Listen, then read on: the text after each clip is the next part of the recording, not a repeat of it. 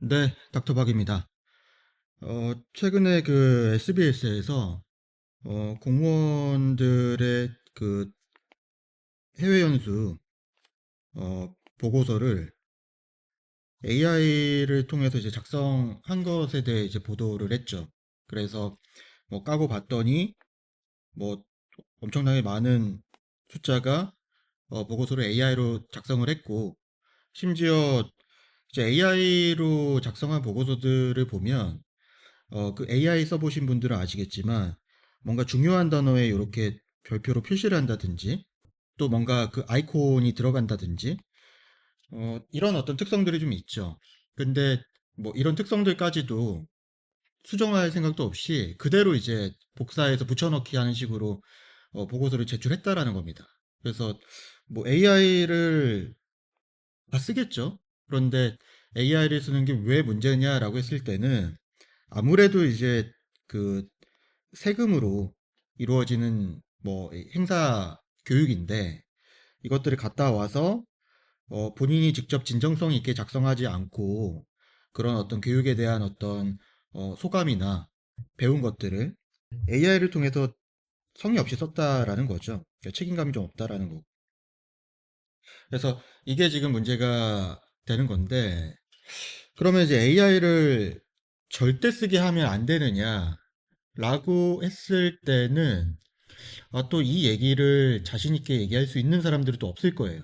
왜냐하면 우리가 일단 AI라는 툴이 뭐 가깝게는 챗 GPT나 뭐 제미나이 같은 것들, 어 그리고 뭐 클라우드나 뭐 이런 가지가 좀 있긴 하지만, 음 그러니까 이제 아직까지 이러한 어떤 그 AI 툴들에 대해서 100% 이해하고 있는 사람들이 많지 않죠. 그래서 뭐 이 툴을 우리가 써야 되느냐 말아야 되느냐라는 어떤 논제는 사실 굉장히 어려운 문제라고 볼 수 있죠. 그래서 그렇고 또 이것뿐만 아니라 굉장히 많은 AI 툴들이 나오고 있거든요. 그래서 뭐 예를 들면 논문 같은 경우는 사실은 뭐 다른 분야보다 이제 논문 쪽이 저희가 이제 AI가 많이 나와 있는데, 예를 들어서 챗 GPT와 제미나이 같은 데서 우리가 흔히 얘기하는 뭔가 문서가 존재하지 않는 문서들이 이제 그 검색이 된다라는 거거든요. 그 내용이 포함이 되는 건데, 예를 들면 페이퍼 전용으로 나온 이 AI 툴들은 또 이런 문제들을 어느 정도 또 해결을 해버렸죠. 그래서 DCG AI나 이런 툴들을 보면 뭐 거의 뭐 99%에 가까운 확률로 뭐 문서 문헌이 정확히 링크가 있는 것들을 따와서 인용하기도 하고, 그러니까 이런 문제들이 계속해서 개선되고 있거나 혹은 어떤 그 사용자 목적에 맞는 특화된 AI가 나오기 때문에 사용해야 되느냐 말아야 되느냐라는 굉장히 극단적인 접근은 조금 어려울 수 있다, 이런 생각도 좀 듭니다. 그래서 어쨌든 흥미롭게 저희가 지금 이 뉴스를 보고 있는데, 제가 이제 오늘 이 영상을 좀 찍어야겠다고 생각한 이유는 뭐냐면, 자, 공무원의 연수에 대한 보고서가 AI 사용에 대해서 문제를 이제 제기한 거잖아요. 그럼 우리가 상식적으로 생각해 봤을 땐 문제가 되지 않느냐, 문제가 되느냐라고 어떤 판단을 했을 때는 100% 문제가 됩니다. 왜냐하면 이거는 이제 국민 세금을 가지고 한 거기 때문에 그렇죠. 그러면 저는 이게 시점이 언제일지 모르겠지만 분명히 이건 뭐 거진 100%라고 생각을 하거든요. 우리 이 창업 쪽에도 100%요 문제가 나올 것이다. 어디서? 그러니까 사업계획서나 우리가 창업 지원금 같은 것들이죠. 지원서 작성에 AI를 쓰는 것들이 이제 문제가 된다라고 100% 아마 이슈화가 될 겁니다. 실제로 지금 사업계획서를 평가하고 하는 그런 어떤 정책 사업들 보면 심사위원들 의견을 저희가 수집하다 보면 AI로 작성한 그 사업계획서나 지원서들이 굉장히 많이 나오거든요. 뭐 텍스트는 그럴 수 있다고 치고, 심지어 그 그래프라든지 이미지마저도 이 제미나이라든지 AI를 사용해가지고 만든 것들이 있어요. 그런데 우리가 이제 그 이미지 같은 것들도 보면 어, 챗 GPT나 제미나이나 바나나나 이런 것들로 만든 것들은 사실은 AIT가 나죠. 그래서 굉장히 당황스럽죠. 이게 뭐냐면 이런 그림들을 넣으시면 내가 AI를 썼습니다라고 선언하는 것밖에 안 되거든요. 그러니까 숨길 이유도 숨길 의지도 없는 거죠, 사업자들이. 그래서 이 사업 계획서에 보면 AI를 쓴 것들이 굉장히 많이 보이고 있고 앞으로 또 늘어날 것으로 보여요. 왜냐하면 AI 가지고 뭐 어떻게 사업 계획서 쓰는지 뭐 그런 어떤 툴들이 되게 많이 그 영상들도 많고 강의도 많기 때문에 아마 AI는 그 사용률이 좀 늘어날 텐데 자, 그럼 우리가 생각을 한번 해보자. 자, 창업을 하는데 우리가 사업계획서나 지원서에 AI를 쓰는 게 문제가 될 것인가? 자, 일단 이 명제로만 보면 문제가 될 여지는 전혀 없다고 봐요. 내가 사업을 하는데, 내가 창업을 해서 뭔가 사업계획서를 쓰거나 내부적으로 문서를 만드는데 AI를 쓰든 말든 누가 상관할 바가 아니죠. 그런데 여기서 이제 하나가 더 붙어서 정부 지원 사업이나 혹은 이제 뭐 여러 가지 뭐 정책 지원 에 대한 것들을 우리가 지원하는 데 있어서 그 문서를 AI를 사용해서 지원을 했다라고 했을 때, 자, 이거는 우리가 이제 윤리적인 어떤 잣대를 들이댈 것인가 안 댈 것인가 이 얘기를 우리가 해볼 수 있는 거죠. 그러면 이건 역시 뭐 세금으로 이루어지는 거기 때문에 분명히 논란이 있을 것이다. 왜냐하면 뭐 이렇게 해서 떨어지면 상관이 없지만 AI를 사용해 가지고 만약에 붙었다라고 한다면 그러면 자기 손으로 AI를 사용하지 않고 자기가 진짜 자기 손으로 정말 성심껏 서가지고 지원한 사람들은 오히려 떨어질 수도 있다라는 거죠.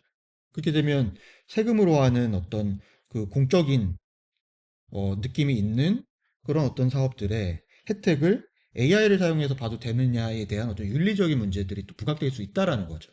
이 공무원 해외 연수처럼 뭐 완전 똑같은 사안은 아니지만 이제 그렇게 될 수 있다라는 거예요. 해석하기에 따라서. 자, 그러면 이게 그럼 AI를 또 원점으로 돌아가죠. AI를 우리가 써도 되느냐 안 되느냐라는 판단으로 이렇게 접근해 버리면 이거 답을 내기가 되게 어렵다라는 겁니다. 왜냐하면 AI 툴에 대한 뭐 100% 이상의 이해도를 갖고 있는 사람들이 없어요. 공무원이든 창업 전문가든 사업가든 뭐 AI를 가르치는 교수들도 마찬가지. 그렇기 때문에 이게 우리가 어떻게 접근을 해야 될 것인가?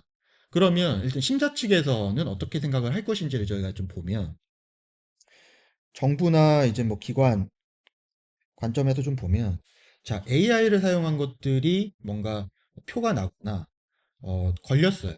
자, 그랬을 때 자, 여기는 AI를 썼으니까 떨어뜨려야겠다 라고 할 수 있느냐? 이게 쉽지 않다라는 거죠. 제가 대학에 있으면서 비즈니스 프로포절도 그렇고 뭔가 학생들의 리포트들을 많이 채점을 하는데 보면 정말 거의 대부분이 AI를 사용하거든요.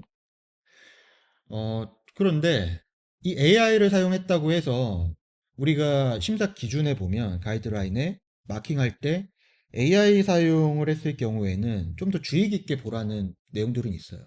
즉, 우리가 이제 뭐 맨체스터 대학이고 사실 거의 뭐 대부분의 영국에 있는 경영대학 비슷하긴 하겠지만 미국도 비슷하겠죠. 이 AI 사용에 대해서 분명히 그런 어떤 표절 사이트들이 있긴 있습니다. 그런데 이 표절 사이트를 이용해서 학생들이 AI를 사용했는지를 확인해 보는 건 마킹자의 재량이라고 표현을 해놨어요.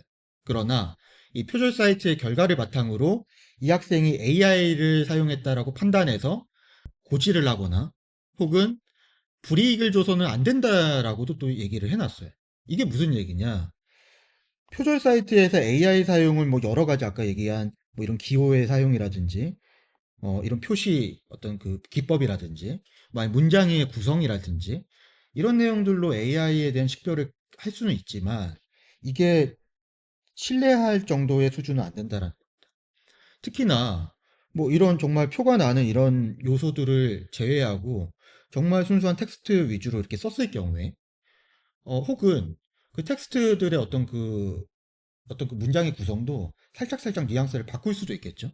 그럼 AI가 작성을 했는데 AI가 한 95%만 되고 사용자가 한 5% 정도의 수정을 해 놓으면 이거는 또 표절하기가 또 어려울 수 있고 AI가 표절이라고 이제 검색하는 어떤 기준들이 문장의 이름 주어 동사 어떤 뭐 형용사 이런 어떤 성분들의 배치라든지 형태에 기반하는 경우도 많거든요. 그런데 이게 모호하다라는 거죠.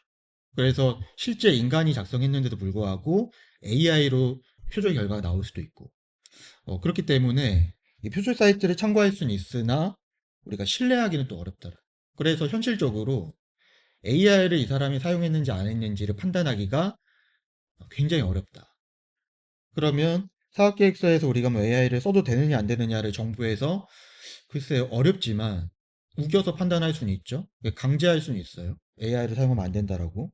그러나 AI를 사용했는지 안 했는지에 대한 것들을 표절 사이트나 뭐 이런 것들을 통해서 우리가 너 AI 사용했으니까 안 돼라고 하기에 그 신뢰도를 기관 스스로가 갖기가 어렵다라는 거죠. 그래서 AI 사용에 대한 표절을 검사한다? 이거는 현재 수준으로는 불가능하다라는 생각이 들어요. 그러면 AI를 쓰는 걸 원천적으로 막을 수는 없다라는 거죠. 자, 그러면 AI가 갖고 있는 AI 사용으로 인해서 우리가 그 발생할 수 있는 문제들이 뭐냐? 이 공무원 해외 연수도 그랬고, 이 창업에 관련된 문서 작성도 그렇지만, 그 부분을 우리가 좀 보죠. 그러면 이런 생각들을 좀 해볼 수 있을 것 같아요. 예를 들면 AI 사용으로 인해서 우리가 그 갖는 어떤 한계점이라고 할까요? 특성들은 보면 첫 번째가 환각이라고 하는 거죠. 그러니까 있지 않은 정보를 있는 것처럼 얘기하면서 마치 그게 사실인 양 데이터를 출력하는 거죠. 그래서 이 우리가 환각이라고 하는 이 할루시네이션에 대한 어떤 문제들이 계속해서 부각이 되고 있고 두 번째는 편향이죠, 편향. 자, 이게 뭐냐면 우리가 이제 알고리즘 바이아스라고 얘기를 하는데요. 어떤 정보를 이제 AI가 정보를 끌고 올 때, 뭐 사용자의 이제 그 어떤 그 유저의 프롬프트를 입력받아서 AI가 정보를 끌고 오죠. 그러면 우리가 인터넷 데이터에 대한 어떤 소스라고 보면 정말 무수히 많은 어떤 인터넷에 있는 정보들이 있겠죠. AI가 결국 서버 단위나 아니면 플랫폼에 있는 여러 가지 정보들을 좀 끌고 오는 게 기반이기 때문에 그렇게 되면 전반적으로 우리가 모든 자료를 다 훑어야 되는데 AI의 어떤 그 기술적인 한계로 인해서 특정 영역에서 선택적으로 정보들을 수집해서 이것들을 조합한 다음에 결론을 이끌어낸다라는 거죠. 그래서 자료 검색을 해서 뭔가 새로운 어떤 결론을 이끌어낼 때 그 자료 편향에 대한 문제들이 있다라는 겁니다. 그러면 검색한 자료에서 우리가 얻은 정보에 의존하는 경향 때문에 나머지 더 좋은 정보들이 무시된다거나 혹은 조금 더 균형 있는 어떤 자료들을 우리가 고려하는 것들에 대한 한계점들이 있을 수 있겠죠. 그리고 세 번째는 이게 저는 좀 크다고 보는데요. 수능화라는 문제예요. 이 얘기를 좀 많이 안 하시던데, 이게 이제 컨퍼미즘이라고 논문에서도 많이 다뤄지고 있거든요. 이게 뭐냐면, 이 AI 같은 경우는 AI도 아쉬운 사람이 있거든요. AI한테 아쉬운 사람이 누구냐면 유저가 가장 아쉽죠. 그래서 AI는 혼자서 움직이지 못하고 사용자가 뭔가 인풋을 줘야만이 움직이죠.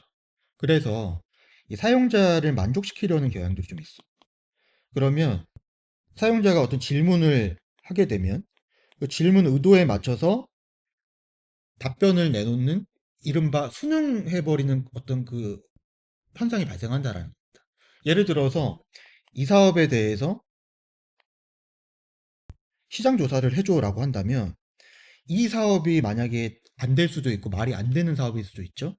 그럼에도 불구하고 이 사업이 마치 성공 가능한 사업처럼 시장 조사를 해준다라는 말이에요. 그러니까 수요가 없는데 진짜는 현실적으로는 수요가 존재하지 않지만 마치 수요가 있는 것처럼 결론을 억지로 끌어낸다라는 말입니다. 이런 어떤 수능에 대한 어떤 문제들. 그래서 환각, 편향, 수능 이 세 가지 문제가 우리가 문서 작업을 했을 때 가장 크게 나타나는 부분들인데, 대표님들이 어쨌든 AI 사용을 해서 뭔가를 하실 때 데이터를 믿으면 안 된다라는 거죠. 의심을 굉장히 많이 하셔야 되고, 이 세 가지 요소에 대한 것들을 고민을 좀 해보셔야 된다. 자, 그러면, AI를 그럼 어떻게 좀 현명하게 사용할 수 있느냐라고 보면, 일단은 보조적 목적으로 사용하는 게 가장 지금으로서는 좀 현실적입니다. 예를 들면, 우리가 자료 조사를 하거나, 혹은 어떤 그 검토를 좀 하거나, 혹은 피드백을 좀 받거나, 혹은 개략적인 어떤 그 사항들에 대한 어떤 그 요약을 좀 얻거나 검토를 할 수는 있어요. 그러나 내용 전체를 작성한다거나 구성한다거나 이런 것들은 문제가 있을 수 있다라는 거죠. 그러니까 사업계획서 전체를 작성해 주라고 한다거나 뭐 지금 뭐 하는 어떤 그 교육들을 보면 사업계획서 하나의 부분에 대한 어떤 그런 질문 자체를 답변을 해달라고 한다거나 뭐 그래서 답변이 안 나오니까 그것들을 계속해서 재차 질문하면서 구체화시켜 나가는 그런 것도 있더라고요. 그럼에도 불구하고 그랬을 때 우리가 뭐 환각이라는 문제는 뭐 어느 정도 해결할 수 있겠지만 이 편향과 수능이라는 문제는 해결할 수 없다. 특히나 질문이 반복될수록 이 자료 편향이나 수능에 대한 문제들, 특히 수능에 대한 문제들이 굉장히 깊어지겠죠. 왜냐하면 AI는 질문자의 답변에 대한 패턴이 일관적이죠. 계속 이걸 찾아줘, 요거에 대한 어떤 답변, 그러니까 그 질문자가 어떤 것들을 의도하고 있는지를 AI가 파악하겠죠. 그 순간 정말 100% 사실에 가까운 답변은 나오지 않는다라는 거. 그러면 우리 가장 싫어하듯이 사업계획서가 그냥 어, 동화책이 돼버리는 거예요. 이런 문제들이 좀 있다라는 거죠. 그래서 주된 목적보다는 그 일부분이 자료 조사를 하거나 내가 작성한 것들에 대한 검토를 얻거나 뭐 이런 보조적인 목적으로 사용을 하는 게 훨씬 더 낫겠다. 이렇게 좀 말씀을 드리고 그 다음 두 번째는 주변 자료 수집 목적이에요. 이게 뭐냐면 일단은 사업의 핵심 자료는 어, 대표님들이 다 갖고 계셔야 돼요. 그래서 이 사업에 필요한 핵심 자료나 내가 진출하고자 하는 시장이나 산업에 대한 그러한 어떤 정보들은 대표님이 갖고 계시고 그것들을 글로 정리해서 어쨌든 문서로 갖고 계셔야 됩니다. 그리고 그것을 AI한테 물어봐서 발전시키는 건 상관이 없지만 뭔가 이 사업 전체에 대한 주요 핵심 자료들을 알려달라고 한다면 아마 이것도 마찬가지로 편향의 문제를 벗어나기 좀 어려울 거다. 혹은 더 이제 심하게는 환각에 대한 문제도 불거질 수 있다라는 거죠. 그래서 이거는 핵심 자료들보다는 보조적으로 혹은 추가적인 이런 이제 자료의 어떤 검색이나 검토, 정리 이 정도는 이제 가능하다라. 다만 이것도 마찬가지로 우리가 출처를 좀 명확하게 해야 될 필요들이 있죠. 그래서 이 부분이 좀 있고 마지막으로 이제 되게 중요하게 사용해야 되는 건 이 수능이라는 문제를 우리가 극복하기 위해서 어떻게 해야 되냐면 비판적 사용을 하셔야 돼요. 그래서 어떤 결과물이 나온다면 AI에서 우리가 그 질문자의 의도에 맞게 그 결과물을 추론하거나 뭔가 정리해서 그걸 도출해냈다라는 것들을 알기 때문에 그러한 어떤 유저 그에 대한 어떤 그 의존성이거든요. 음. 그러면 요것들을 우리가 극복하기 위해서는 뭔가 그런 어떤 편견이나 편향이죠. 이 AI가 갖고 있는 이것들을 극복할 수 있는 뭔가 비판적인 우리의 어떤 그 인풋들이 계속 들어가야 되는 거예요. 예를 들면은 뭐 이 시장 분석이 맞는지, 예를 들어 여기서 얘기하는 이 세 가지의 전략이 과연 맞는지, 실제로는 이건 아니라고 생각한다라고 한다면 그런 내용들을 또 계속해서 AI한테 넣어줘야 되죠. 그래서 이 사람이 뭔가 긍정적인 답변만을 원하는 게 아니라 이 사안에 대해서 굉장히 비판하기를 원하는구나라고까지도 사실은 인지하게 만들어야 돼요. 그래서 마지막 결론은 대표님이 내셔야 되는 거죠. AI를 사용해서 마지막 결론을 끌어내는 건 이제 대표자 본인이 합리적인 추론을 이끌어내서 하셔야 되는 거죠.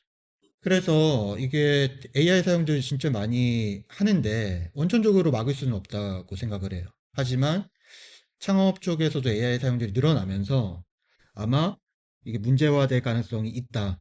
문제화될 것이다. 뭐 시점은 정확하지 않지만 그러면 그렇게 됐을 때 정부에서 과연 AI 사용 막을 수 있느냐? 못 막는다.